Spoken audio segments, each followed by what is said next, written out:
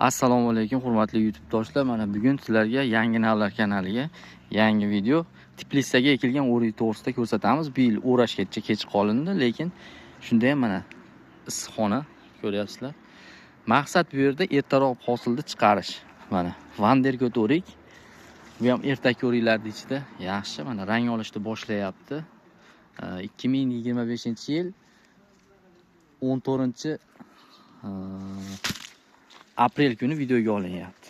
O'rtoqlar juda ko'p bunda hosil, imkon bo'lsa bu hosilni shunda misol 50% ni mana shunaqa holatda olish kerak. Ko'ryapsizlar, mana shu holatda olinsa biz yetarli kalibrda olamiz bu yerda. Mana bu yerda to'p bo'lib turganda bizga foydasi yo'q. Mana ko'ryapsizlar, to'p bo'lib qolgan. Mana shulardan misol 2 dona qo'yib qo'yish kerak xolos. Yo 1 dona mana shu kichkina shoxga.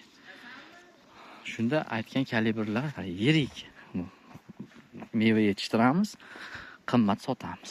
Mana rang olishni boshlayapti. Juda vaqtli pishadigan o'rik navlaridan bittasi bo'ladi, o'rtoqlar bu. Mabodo issiqxonalar bo'lsa foydalanilmayotgan shunaqa o'rik, shaftoli, gilosni ko'rdilaring, gilos qo'ydik, giloslarimiz уже pishdi. 13-mart kuni pishdi gilos Tbilisida.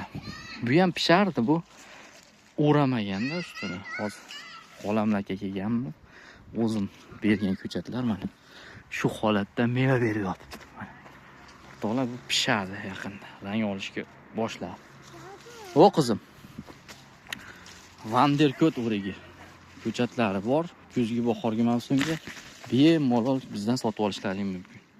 Sog' bo'linglar, videoga like bosib, qo'llab-quvvatlashda davom etamiz. Telefon nomerlarimiz 90 560 50 34. Qanaqa maslahatlar kerak bo'lsa telefon qilaverasizlar. Sog' bo'linglar.